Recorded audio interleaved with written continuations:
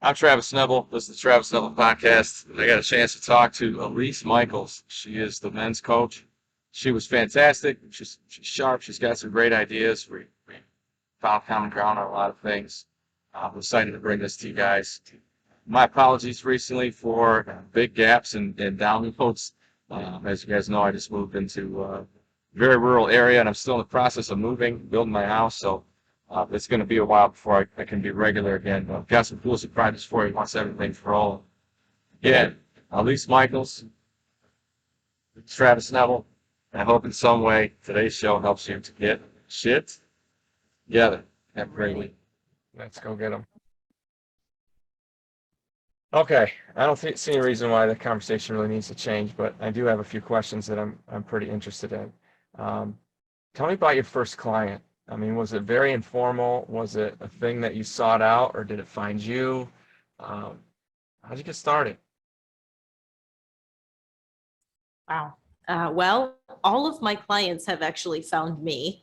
But my first client that I got paid for was actually someone I used to work with at Walmart.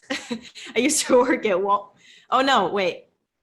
Yes, it was. Yes, it was. Now I'm getting like mixed up because there was a time period when I just had a few come in. So someone I used to work with at Walmart, and they paid me $20 for the hour. Like I was just starting out, and it was a woman. And then my second client, I was starting off as a women's coach. I didn't think I was going to be a men's coach. And so, yeah, that was a very interesting. It was a lot of mindset work, and it kind of trains you to just like, you don't know what the heck you're doing. You don't know what you're doing when you're starting out. Yeah, It's really good experience. I feel like that's anything you ever do. You're going to be bad at it before you're good at it, and if you're willing to accept that, you can be great at anything if you're willing to get through the hard part, right? Yeah, yeah, absolutely. So then you get through, you kind of bumble through a couple. And I don't mean to put words in your mouth, but yeah, the ones where you're not super comfortable and you're just getting started. And when did you know you're like, all right, cool, this is what I want to do? I mean, I'm in my groove now. At what point, how did you know? What was the checkpoint in your mind where you're going, all right, now I'm doing it right. Now I know I'm a pro. Now I don't feel it nearly as uncomfortable. I got this. Well, um, with that, I knew that I wanted to do it no matter what. So that was never like a question to me. I was just like, but I have to figure it out. Like you said, when was the time period when I felt like, okay, I can actually do this? That took a while, but the second client that I got was actually the owner of this yoga studio that I was volunteering at the time after I quit my job. And it was great. Like it was a perfect client where like my teaching was able to really help her out very, very quickly. And that was like, okay, I really can do this. She's getting results already within like these 8 weeks. But where I felt secure and like, okay, I can be like a consistent full-time coach. I don't have to get another job. I don't have to worry. I still got consulting jobs. Like even though I could be making like 10 grand a month, and I still got consulting jobs because I was scared. Yeah. So I didn't stop accepting any other assistance until like, I don't know, 2 years in. Like I continued to have just like multiple streams of income 2 years in because, I mean, I'm in the I same wanted to spot. get really masterful at my craft. Sure. Yeah. And I mean, it makes complete sense that, I mean, the last business, so I've got the construction company and I do this stuff. And then I have a recruiting business. I have a recruiting firm that I run. And the first 2 years of that, the money was just amazing, but I was convinced that it was going to end. I'm like, the faucet's going to turn off. So I never stopped doing Yeah, that's what construction you stuff feel on the side. like.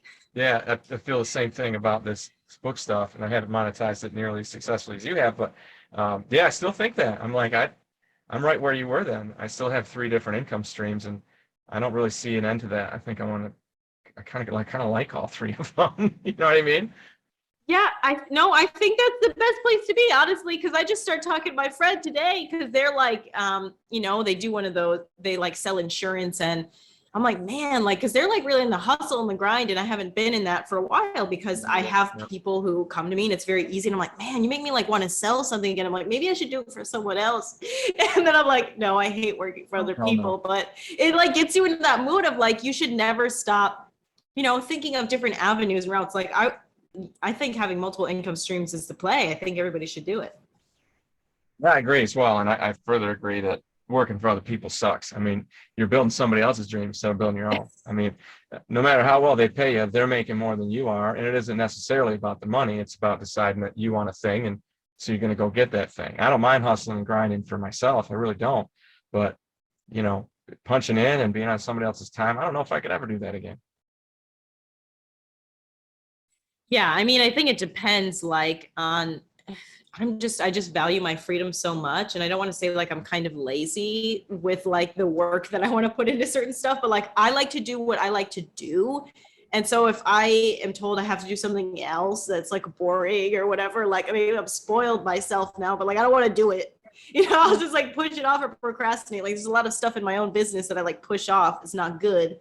Um, but like I think working for someone else can be fun depending on who you are or what Yeah, I it think, is. it's great for building your craft. I've got lots of people who work for me, and I always tell them the same thing. I'm like, I hope that you do leave me at some point, because that means that I developed you to the point where you can go do it on your own, and then maybe you'll develop other people. I hope that's what happens. It's great when you're learning your craft, but after that, shit, go off on your own. You know what I mean? I don't know. I think that's the only play.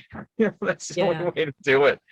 So tell me about people that you've met through this. I mean, not necessarily clients, but I found like just this conversation between you and I doesn't happen without me doing what I'm doing as far as content creation and writing a couple of books. And, I find I get to talk to people like you who are well thought out in this field and have great thoughts that, you've really developed yourself, and you have, it's not like talking to, I'm sure you've encountered this. You talk to one of your friends or your family members and you try to start talking about what we just got done talking about, and they're not there.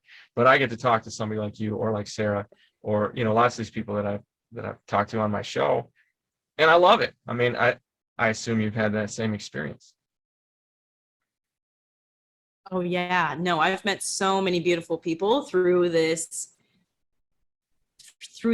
field and being like a content creator. I know that you said that your main squeeze is like being an author, like you love writing. I love writing too, but like that's just not where I'm at. As You've far as got the like thing. I love to make video content. Like I've always loved to make Great video lot. content. So through my TikTok, like I've met like Dylan Sessler and Joe Boutis. I don't know if I pronounce his last name, and we've been friends for so long. He's probably gonna be like, "What the hell, Elise?" I get to meet you and like people who have like very deep experiences who want to really make an impact on the world, and it's like really cool. And Sarah too. She reached out to me, and she's like a boss babe, and it's really, really cool to meet people who are on the same wavelength, who want to get shit done and have no excuses, attitudes. And it's been great. I love it. Yeah, me too. I find that what you're talking about on how you get inspired by the people that who do have kind of 9 to 5s, inspires you to hustle. It's conversations like this that inspire me more than anything else. But, reminds me how valuable this is, and I'm certainly not the only one who's thinking about this stuff. Because I end up I'm at a family reunion or with, like I said, I had buddies up over the weekend, and I can't talk about any of this stuff with them. I mean, it's not like my friends aren't educated or intelligent, because they're both, they have their shit together. Same thing with my family, but this is a niche thing. I mean, it's really cool to have. And I mean, without the internet, I don't think either one of us is doing this. So that's cool. Yeah. And I think it's just the mindset thing with friends and family too, because when you're in these fields, you develop certain tools, like we were talking about self-regulation and mindset. And I think there's a real difference between people who have really struggled and been in dark places versus those who have not, because you have to really develop a lot of tools to come out of a dark place. So you have a different way of looking at life. No, there's absolutely no doubt about that. My first book was specifically step by step. These are the things that I do to make sure my life is good when I'm coming out of something shitty. Here's how I arrange my life as a ladder out of the hole. Like that's what my first book was. And I love it when people have had deep, dark experiences. And sadly, most people have not. And I know that sounds terribly counterintuitive to say, but I think that the more difficult your life has been, the more happy you have the potential to be. As a teacher, I always had the philosophy that, man, I hope my kids fail as much as possible because they're going to fail with my supervision. I'm going to be there to help them, guide them through those difficult things, and give them that ladder out of that hole, right? I mean, maybe they'd have found it on their own, but they might not find it until they're 26 and in jail. I'd rather give them the tools now, and failure is what makes that happen. And sadly, without going too deeply into education, that's not the philosophy of education. We can't hurt anybody's feelings, so nobody really is allowed to fail. So they lose all that potential for improvement. And it's just, I feel like it weakens our society. Your thoughts?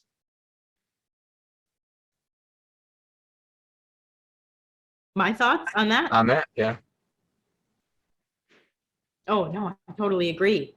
I totally agree. I mean, education is so standardized, but it just tells you how to memorize a lot of facts, not deal with life. Which is like, not to say those facts aren't important, but I don't remember anything. Like, as far like, and that's sad, because I feel like I sound like an idiot if I'm going to say like I don't remember like basic science things, or geography, or US history. But like when I started learning this stuff is when I started traveling from country to country. Then I started to understand the map, or when I started doing my own finances and calculating how to make more money, like then I started getting real good at math. Like we need to use real world things. And I totally agree with you that like we need to incorporate more failure into systems, because if we don't, we think that the world should be easy. And that's why we have a lot of people now thinking they're entitled to stuff that they're not entitled to. Oh man, entitlement, massive, massive American problem, I would say. My guess is in Mexico, you're probably not seeing as much of that. I think that really is mostly an American thing. Or am I wrong? I think it's a Californian thing. I don't want to be negative about California, but I lived there for 5 years and I was like, yo, these people do not want to work at all, because we grew up in the Midwest. I grew up in Wisconsin. Yep. I worked on a farm when I was like 11, and I just loved working. Like I got paid, but I wasn't thinking about them. I just got paid picking peas and shit. They would never. They would be like, what is this peasantry? Like. Yeah, I agree. That's California, but that's how I feel. I thought it was going to make me sound like a real asshole to tell you that that's basically why I moved to Northern Michigan. It is nice up here. There's no doubt about that. But Southeast Michigan, where I was at before, is exactly what you're talking about. It's exactly what you're talking about. And I just can't. Being around that, I mean, everyone is so absorbed in themselves and in their own lives. They just don't have any capacity for any kind of compassion or any kind of understanding of their fellow man. And I find that when you live in a more rural area, people are far more, they're drawn to you. They want to have human contact because it's not forced on them everywhere they go. And that's been my experience in different places I've lived. Yeah. I mean, it's not fake, it's genuine, Very much. Yeah. They talk about, people talk about how people in the South are so friendly and they wave to you on the sidewalk and smile at you and that kind of thing.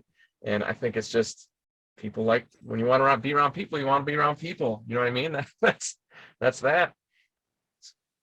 It's crazy. And tell me about the differences in Mexico. I mean, are you in like a all Americanized kind of area, or is it are you Mexico? No, I'm not in Mexico. I cannot claim that. I'm in Playa del Carmen, which is definitely like an expat spot. And I will not be here forever. I'm like pretty nomadic, so I'll go places for like a few months and then go somewhere else. Although recently I think I'm going to find a more stationary place, because to go off of what we were talking about with entitlement and mindset, I used to think that like the digital nomads were like the coolest people on earth. And I didn't realize like when I was doing that, it was because I was staying in like the $3 hostels and whatever. And so since growing my business, And shifting my mindset a lot, I realized like how frugal and, you know, kind of like scarcity mindset as a whole, not everybody, but like as a whole, like the digital nomad community is, you know, because they want to work and travel. And the idea is like to find the cheapest spots that are the most beautiful. And I just really don't resonate with that culture anymore because I think we should pay people what they ask for, not just try to haggle with them, no matter if we're in a third world country or not. And I want to have good Love that philosophy. experiences over just cheap experiences.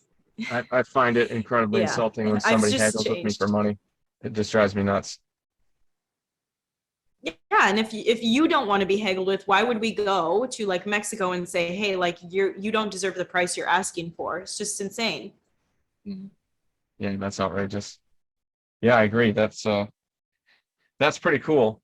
So where do you see yourself going now? I mean, do you think you're where you want to be, or have you plateau? It's just such a negative connotation, but I don't mean it that way. I mean, do you find yourself motivated to fan the flames and build your career into something bigger?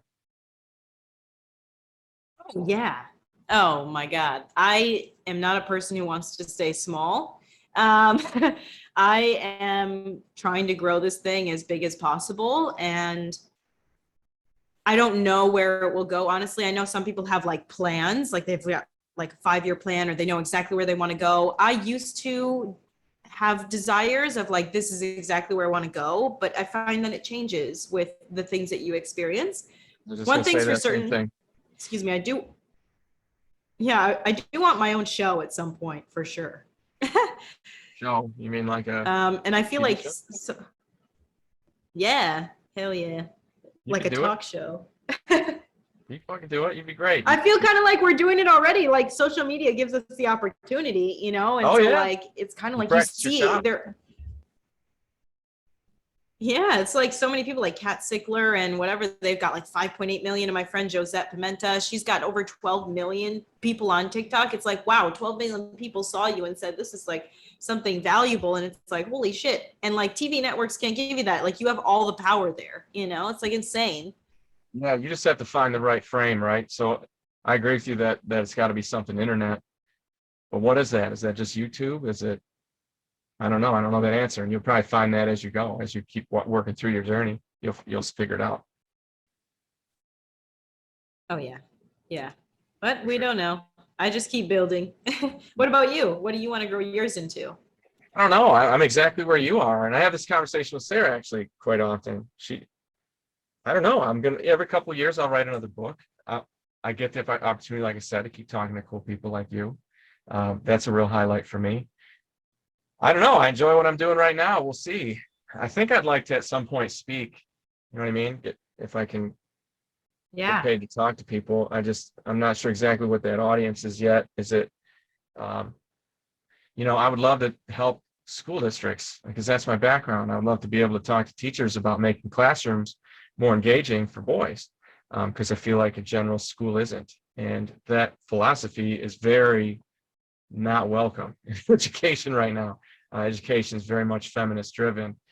Just because most teachers are women, I think is probably most of it. Um, so I don't know. I mean, I keep sending out emails to every principal and every superintendent in Michigan gets an email from me once a week with stats on fatherlessness and things like that and what's happening to young men as a result of it. Um, Nobody's biting. You Have know you what I mean? tried reaching out to places like in Florida or something? Because Yeah, Florida Florida. is more open to, Yeah. So that's certainly a thing I'll do. Florida, Texas for sure. South Carolina, North Dakota. These are all places that I think are pretty far to the right. And yeah, these are plans that I have for the winter. Most of this stuff, like you and I are doing, I do this in the wintertime. In the summer, I run my businesses and I make my money. And in the winter, I do this stuff. So yes, that's definitely a tack that I will take. Because Michigan, as you know, is very blue and it's going to stay that way probably forever. you know? Yeah. Yeah, yeah. that's my plan. We'll see. Well, I you know, mean, I host something called sorry, go ahead. no, what do you host? I was just gonna say I started something this year called the Year of the Man Summit 2022, and I had like a panel of speakers, and it was all online and digital. But I want to keep growing that as well. So you know, like they say, like if there's no seat for you at the table, like pull up your own or whatever. Like, I don't know why we can't just make our own conference or our own shit so that people can go to it. And like, Yeah. I mean, I'm gonna host the Year of the Man Summit again, probably online, but like, I don't know if people are interested. Maybe we could host something in person to have like people like us who want to change in the education system, who want to, you know, help men, who want to like be more like driven and mindset oriented. And maybe we could host something of our own in person. We don't need to ask other people for permission. And then that is the credentials that you're talking about. Like, we already spoke at a conference, and that's when Yeah. people start asking us, you know? Sure. If you are asking if I would be Wow. interested in helping you with that, I very much would. I would volunteer my time. You can say, Travis Neville, host of Reviving, or author of Reviving Masculinity, is here to talk about whatever the fuck, you know, and master's degree in education, all that shit. I know I'm qualified to talk about it, there's no doubt. Yeah, if that's something that you're interested in, changing education, Amazing. I'm all over Yeah. that. Oh yeah. Oh, yeah. Well, I mean, I think it's so valuable. let me I must have logged in with you on my personal account, so I'm going to send you another link real quick because we're going to get shut down here. Okay. Okay, perfect. All right, cool. Okay, let's brainstorm. What are the changes in education that, I mean, it seems like that's something that you've thought about, so I'm really curious your thoughts on that, because I mean, that's my main deal. Really want to know what you think.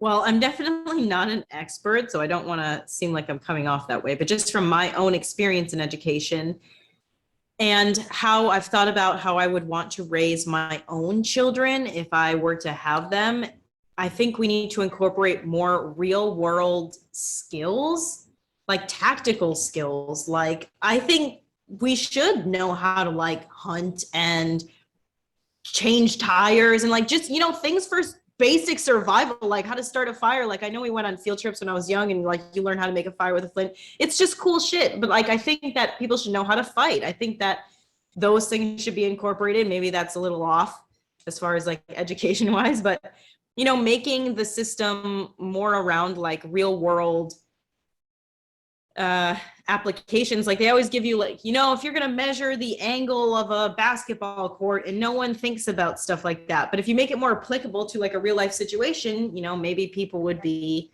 more in tune with living it. Like, hey, what is a country that you want to travel to? Like, where is it on the geography, and like what types of rocks are there? You know, like, make it more engaging. Like you said, I'm not an expert in education, but I just know that it was very disengaging, and it was very it just didn't seem applicable, and it didn't seem, and I went to public school, so I don't know how it is in private school either.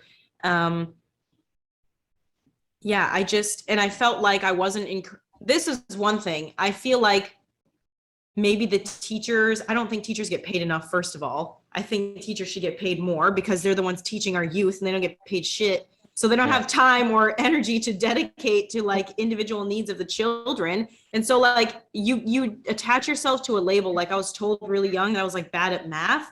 And so I just kept on to this thing that I was bad at math, but I really wasn't bad at math. I just didn't apply myself because I just thought I was bad at math. So then I just held on to that belief system. So stupid. And I could have like done so much more, you know? Like, I think we need more encouragement. Not encouragement is like, oh, you get an A plus, but like encouragement is like, you can do anything, just keep pushing, you know?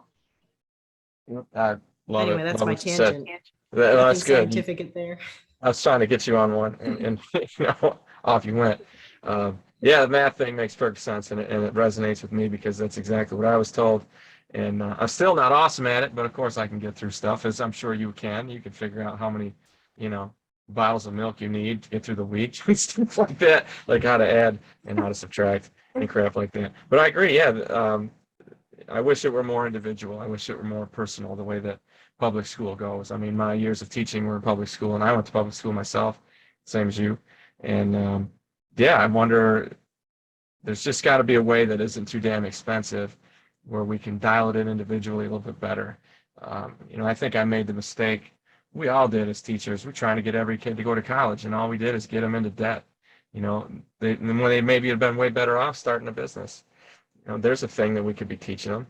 You know, and it's completely self-serving, the whole idea in education that we're going to send 93% of our kids from this high school to college just so we look good as a high school. And that isn't really helping the kid.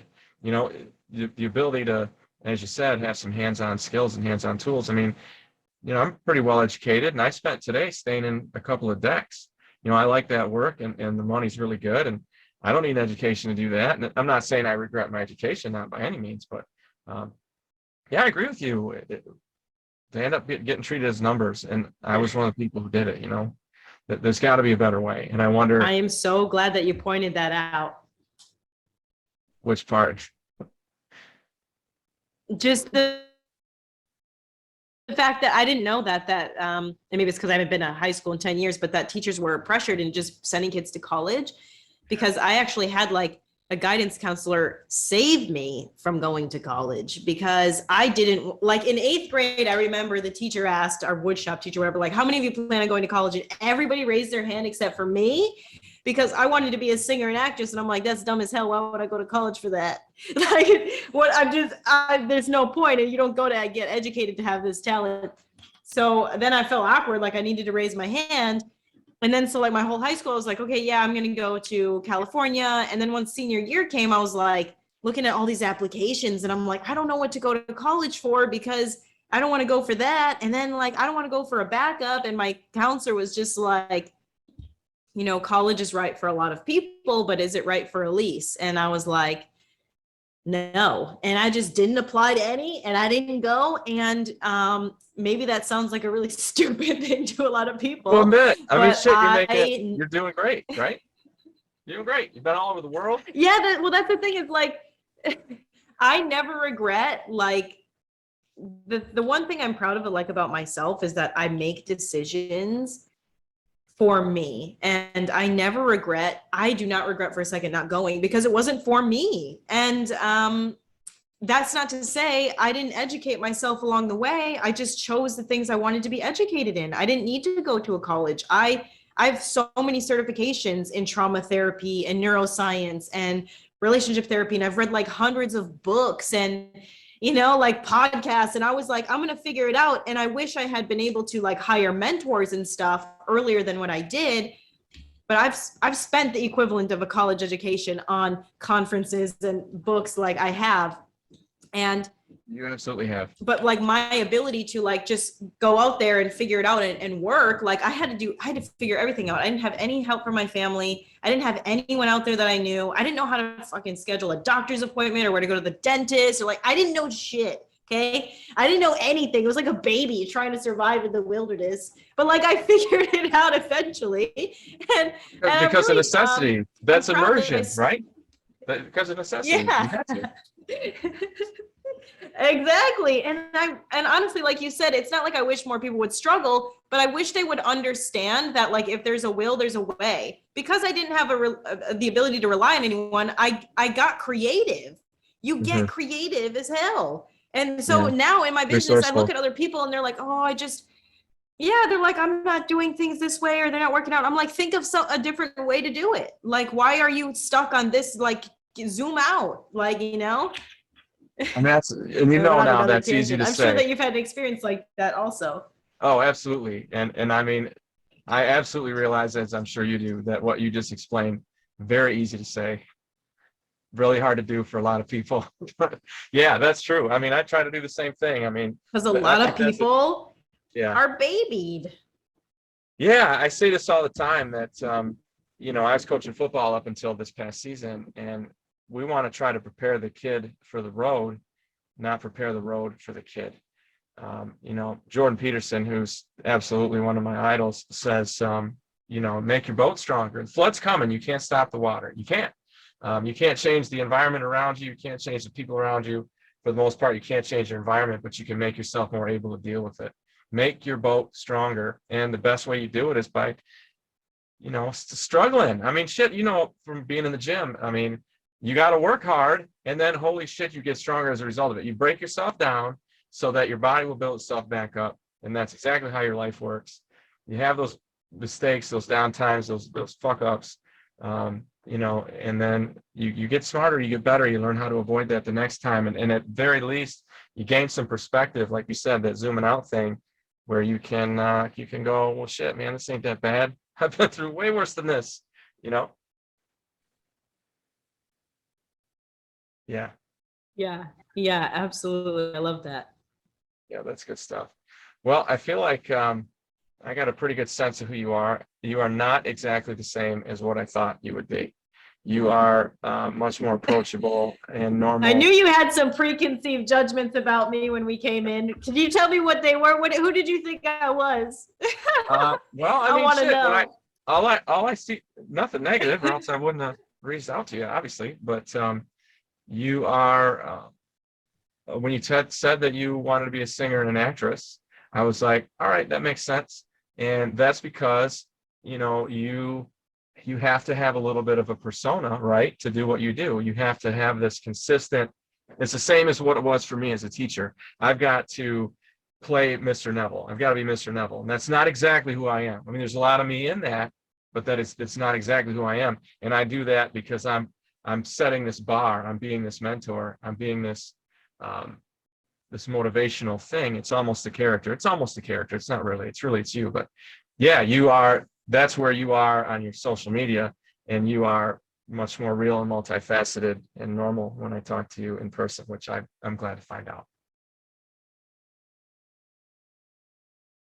Okay. Yeah, I'm glad. No, I totally get that. And honestly, it's kind of like, so just looping this back around to what we talked about before, being a women's coach for men, um, you do have to have kind of a persona. I think I do it to, like, because it's also a business, and I can't just be willy-nilly, like, off in the bushes or whatever. Like, there is like a certain type of professionalism I have to stick to in order to, like, be taken seriously and It's to make it professionalism. something that's impactful. Yeah.